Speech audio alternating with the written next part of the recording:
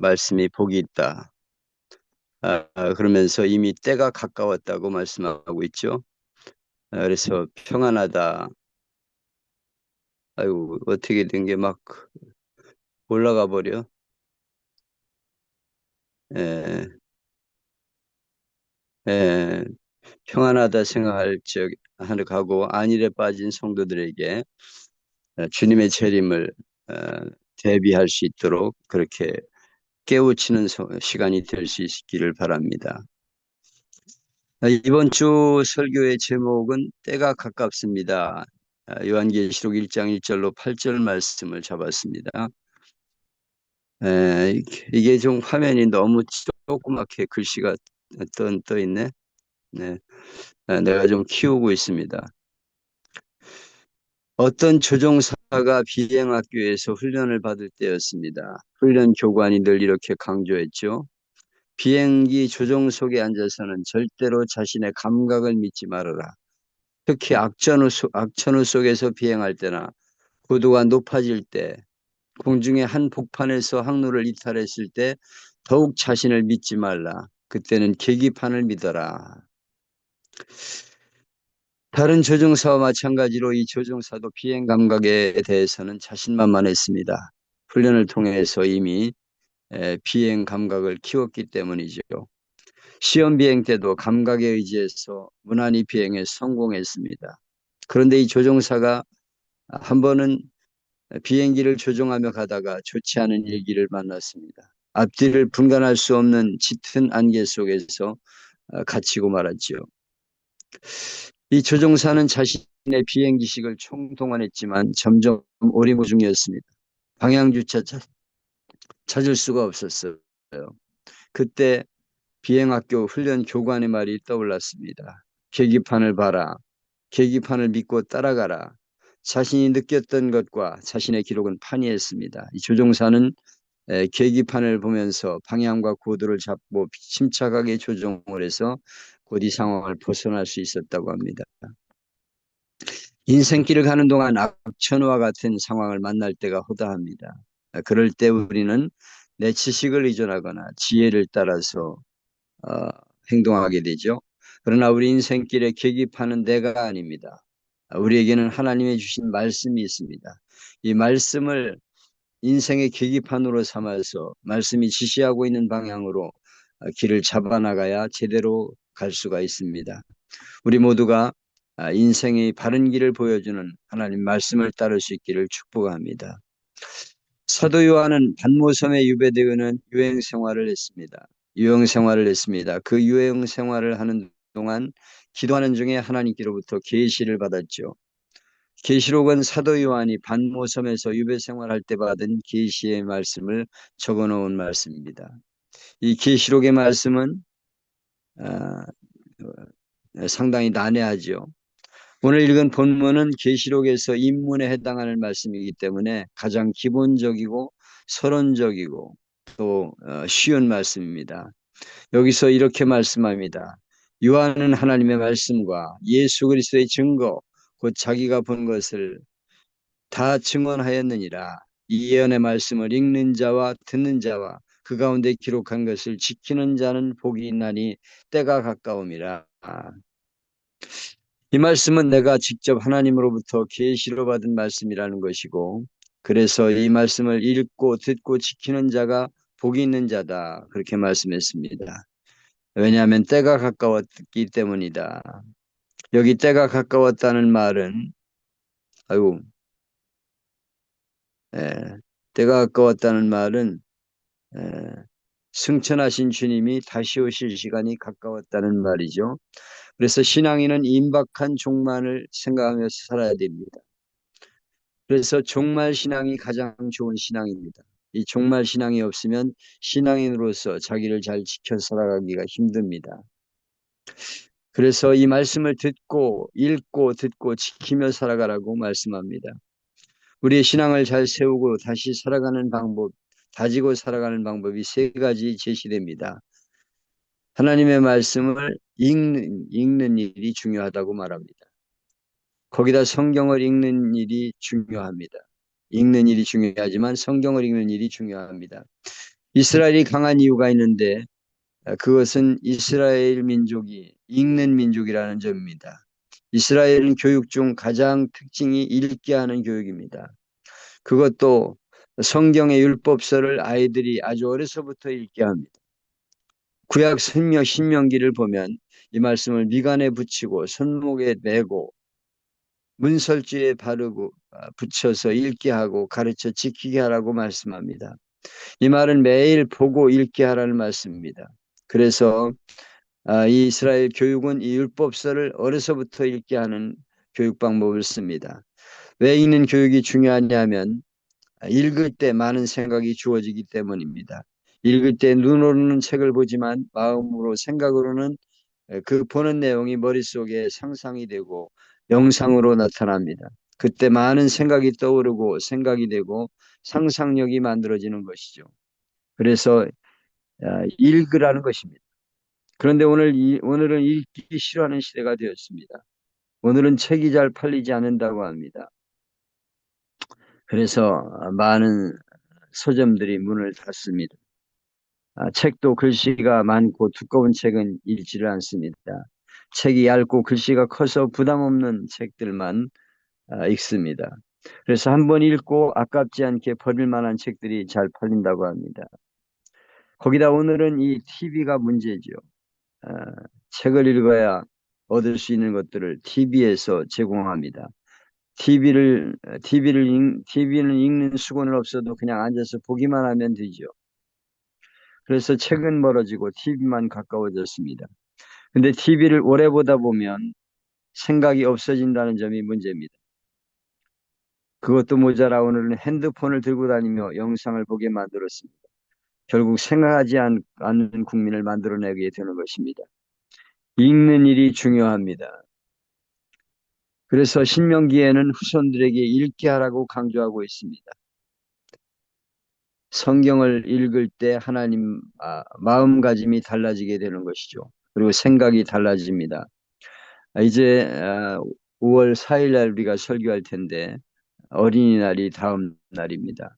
어린이날을 맞이하면서 우리 부모들은 자녀들에게 성경 말씀을 읽게 해야 됩니다.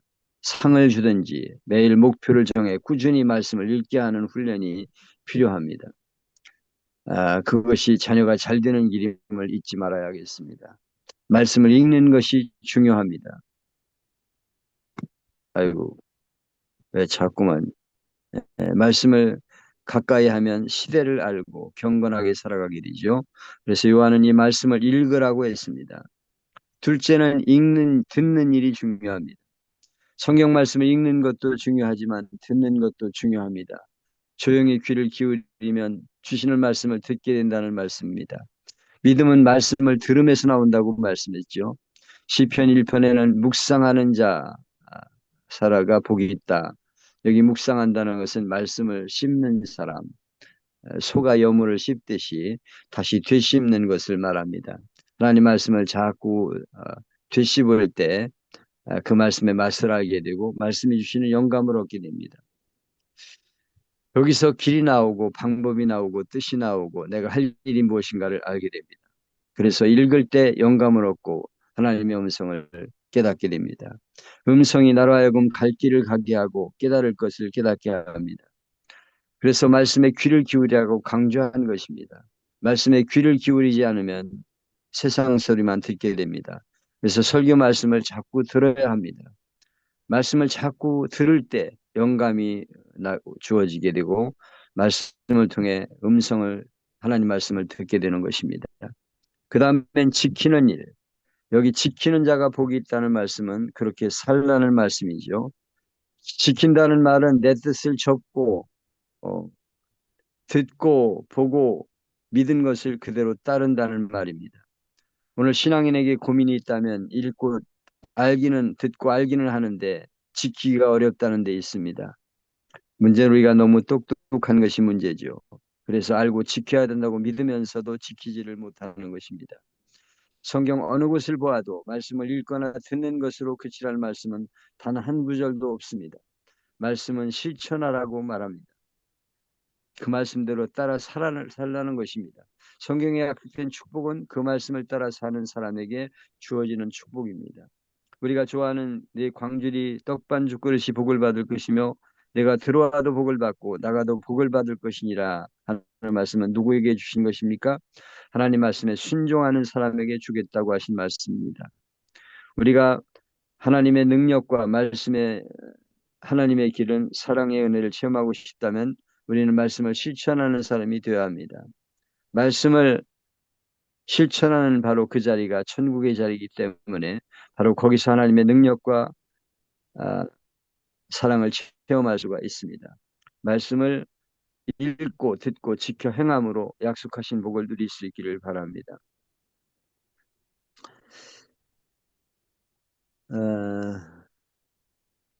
예, 실버만의 오늘날의 미국 유대인이라는 책에 보면 20세기 인물 20, 21인 가운데 15명이 유대인이라고 합니다.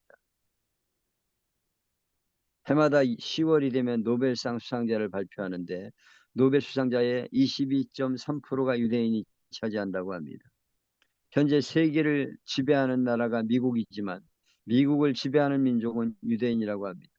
자본주의 사회에서 돈이 최고의 복이라고 생각하고 돈의 지배력이 대단한데 뉴욕의 월스트리트 금융가를 장악하고 있는 사람들이 유대인입니다.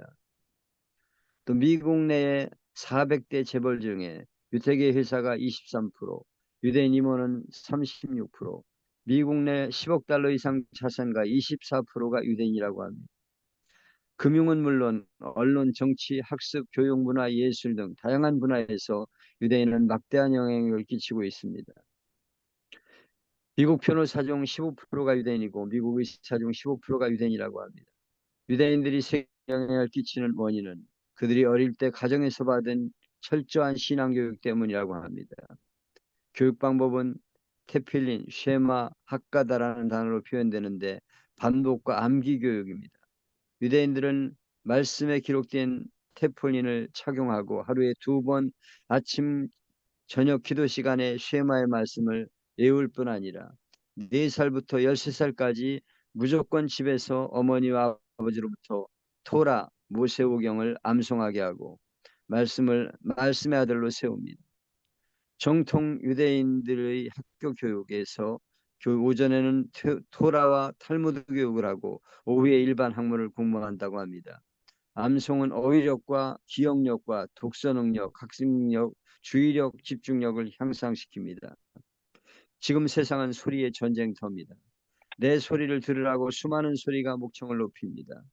이 전쟁에서 승리하려면 복된 삶을 살려면 오늘 성경 말씀을 읽고 듣고 따르라고 말씀하고 있습니다. 다음 본문에서 중요한 교훈은 다시 오실 주님을 맞을 자세를 가지라는 것입니다. 하나님은 장차 될 일을 사도 요한에게 환상으로 알려주셨는데 받은 계시를 반드시 속히 될 일이라고 말합니다. 반드시라는 말은 대의라는 말은 하나님의 섭리대로 일이 확실히 성취된다는 뜻입니다. 속히라고 하는 말은 예기치 못할 때 갑자기 성취되는 것을 말합니다. 반드시 속히 될 일을 계시로 알려주셨습니다. 계시라는 말은 드러내는 것입니다. 씌웠던 것을 어, 벗기는 걸 말합니다. 면사포를 벗기는 상태를 말합니다. 또 닫힌 뚜껑을 열어 보이는 것입니다. 요한 사도는 다시 오실 예수님을 가리켜서 볼지어다 구름을 타고 오시리라고 했습니다. 이 희망 때문에 성도들은 환난도 참고 순교와 죽음을 각오하고 복음을 전하고 살아간 것입니다. 여기서 성도들은 위안을 얻습니다. 이의 말씀을 읽는 자와 듣는 자와 그 가운데 기록된 것을 지키는 자가 복이 있나니 때가 가까움이라고 말씀합니다. 주님은 이 땅에 다시 오실 것에 대해 여러 번 약속해 주셨죠. 재림신앙은 우리의 마지막 신앙으로서 마지막으로 간직하고 있어야 할 중요한 신앙입니다. 그리스도의 재림에 대한 예언은 성경에서 300번 이상 말씀하셨고 이것을 사모하고 기억하라는 말씀으로 말하고 있습니다. 주님의 재림에 대한 기록은 사도 바울이 서신에만 50회가 나옵니다.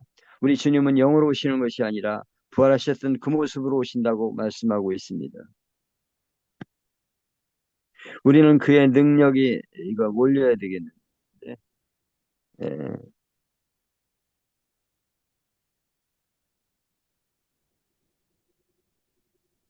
왜 너무 올린 것 같은데, 예, 영으로 오는 것이 아니라 부활하셨던 모습으로 친히 오시는 것을 성경은 말씀합니다. 무디는 그 능력의 비밀을 묻는 질문을 받고 이렇게 말합니다. 나는 수년 동안 설교할 때마다 이 설교가 끝나기 전에 그리스도가 오실 수 있다고 생각했습니다. 뛰어난 영국의 주석가 캠벨 몰가는 이렇게 말했습니다. 나는 매일 밤 내일이 마지막이 될 날일지도 모른다는 생각을 하며 잠이 들었습니다. 그리스도를 위해 중국에 들어갔던 허드슨 테일러는 고백합니다. 주님의 재림은 나의 사역의 가장 큰 원동력이었습니다. 이 놀라운 사실에 대해 우리는 각성해야 합니다. 예수 그리스도는 다시 오실 것입니다. 우리 주님은 영광 중에 다시 오십니다. 우리 성도들은 다시 오실 주님의 초림과 재림 사이에 살고 있습니다. 오늘의 신앙을 어떻게 진단할 것입니까? 주님의 재림에 대한 기대심은 찾아보기 어렵고 재림에 대해서 말하면 우리들과 상관이 없는 이야기인 것처럼 받아들이는 풍조가 있습니다. 어떤 목사님이 학위 논문에서 설문조사한 바에 따르면 우리 한국 교회가 재림 신앙이 점점 퇴색해져 가는 것으로 나타나고 있습니다. 우리가 어렸을 적에는 재림에 대해서 굉장히 강조했어요. 그때는 뭐 그런 찬양도 많았죠. 먼 하늘에 이상한 구름만 떠도 내 주님 오시는가 해서 주님을 기다린다는 그런 찬양을 했는데 요새는 별로 재림에 대한 생각을 하지 않고 살아갑니다. 너무 편안하고 안일하기 때문이죠. 그러나 우리가 믿든지 아니 믿든지 주님 재림은 예정되어 있고 이 세상 역사는 주님의 심판대 앞에 서는 날이 오게 되어 있습니다. 우리는 늘 예배 때마다 신앙을 고백합니다. 전능하신 하나님 우편에 앉아 계시다가 거기로부터 살아있는 자와 죽은 자를 심판하러 오시리라.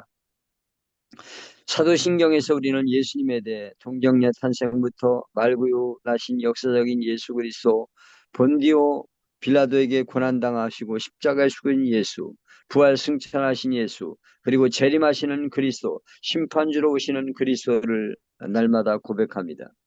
신학적으로 말한다면 종말론적인 고백이라고 하겠습니다. 재림하시는 예수 그리스도는 우리의 신앙 고백에서 절대로 빠질 수가 없습니다.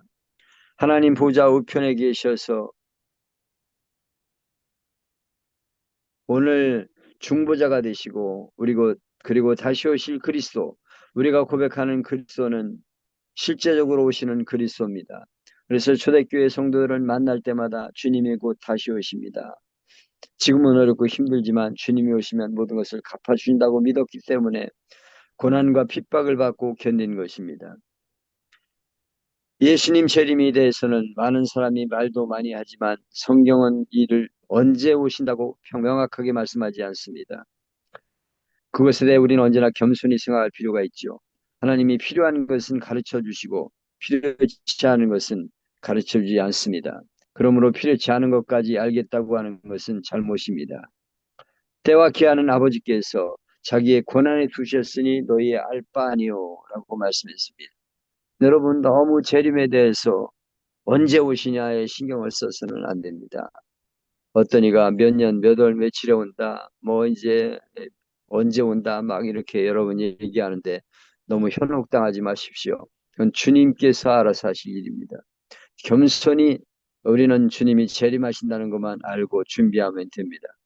어린아이는 어린아이만큼만 알면 됩니다. 여기까지 알아라 그러면 거기까지 알면 지혜로운 거죠. 우리가 언제 죽을 줄 안다면 어떻게 되겠습니까? 내가 나의 죽을 날을 알고 있다면 좋을까요?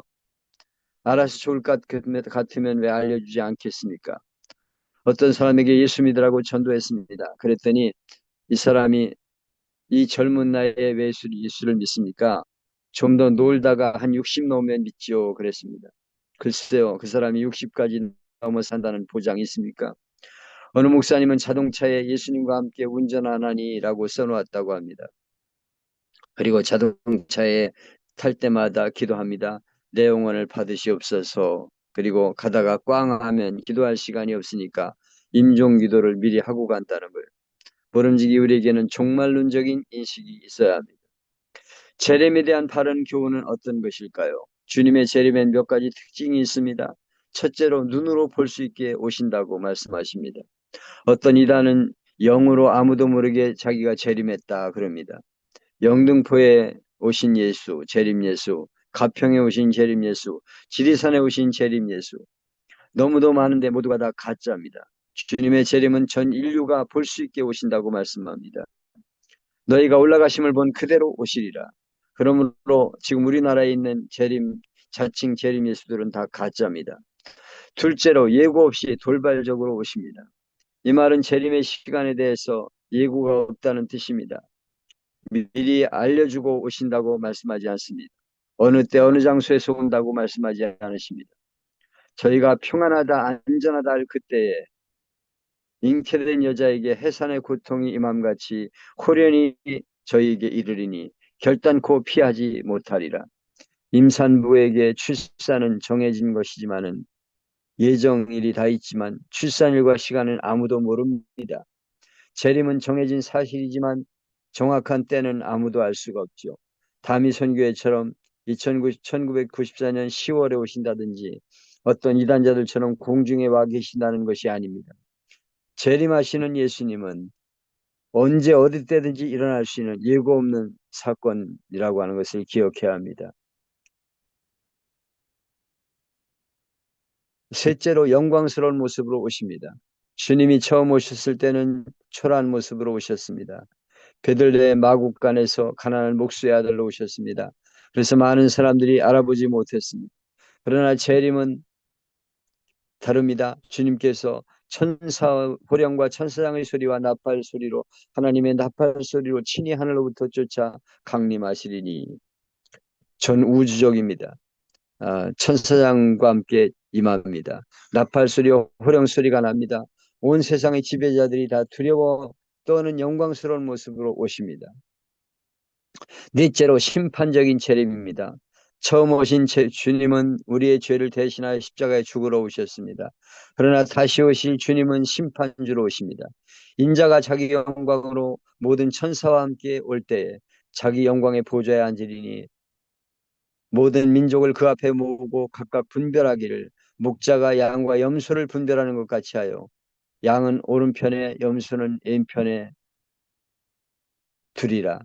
주님의 재림으로 전 인류는 주님 앞에서 심판을 받게 됩니다.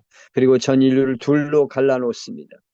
천국 백성으로 혹은 지옥 백성으로, 그리고 충성된 자에게는 수고를 영원한 상으로 갚아주실 것입니다. 모름지기 우리는 세상 앞에서 분명한 그리스도인의 자세로 살아야 할 것입니다. 식당이든 어디서든 우리가 그리스도인이라는 것을 분명하게 정체감을 나타내고 살아야 합니다. 내가 그리스도인이 하고 나섬으로 때로 손해를 보는 것도 있습니다. 어려움을 당할 때도 있습니다. 그렇다고 자기를 감추고 속이면 하나님께 충성을 거부하는 것이 되고 이 또한 심판의 기준이 되는 것입니다. 나는 그리스도인이여 하고 떳떳하게 자기를 내세울 수 있어야겠습니다. 여러분, 재림은 예고된 제 예정입니다. 주님은 다시 오십니다. 주님이 오심으로 악한 자들이 심판을 받습니다. 주님이 오심으로 새하늘과 새 땅이 시작됩니다. 새로운 우주 질서가 시작됩니다. 그러므로 우리는 세상의 종말과 재림을 대비하며 삽시다. 주님은 내가 복음을 위해 일한 것, 수고한 것, 남몰래 어려운 이들을 도와주는 것, 선교를 위해서 헌금한 것, 어려운 중에 헌신하며 봉사한 것, 교사와 찬양대로 누군가에게 예수 믿으라고 전도한 것, 주님을 위해 일하다가 억울한 일을 당하고 욕을 먹은 것, 남몰래 흘린 눈물과 상처를 갚아주시고 상을 주십니다. 주께서 강림하시고 반드시 우리를 심판하러 오십니다. 이것이 우리의 고백이 되며 하나님 앞에 바로 살기를 힘쓰는 우리가 되어야겠습니다. 그날의 상반은 우리가 되어야겠습니다. 영원한 천국과 재림의 날 받을 상급을 바라보며 성령 충만해서 힘써 복음을 전하며 삽시다. 재림을 믿는 성도답게 영혼을 구원하는 일에 힘쓰는 우리가 되어서 내 모든 삶을 지켜보시는 주님 앞에 부끄러움이 없도록 하나님의 영광을 위해 살아가는 복된 믿음의 명문 가문을 이루기를 축복합니다. 아이고 이건 뭐 예, 예, 마치겠습니다.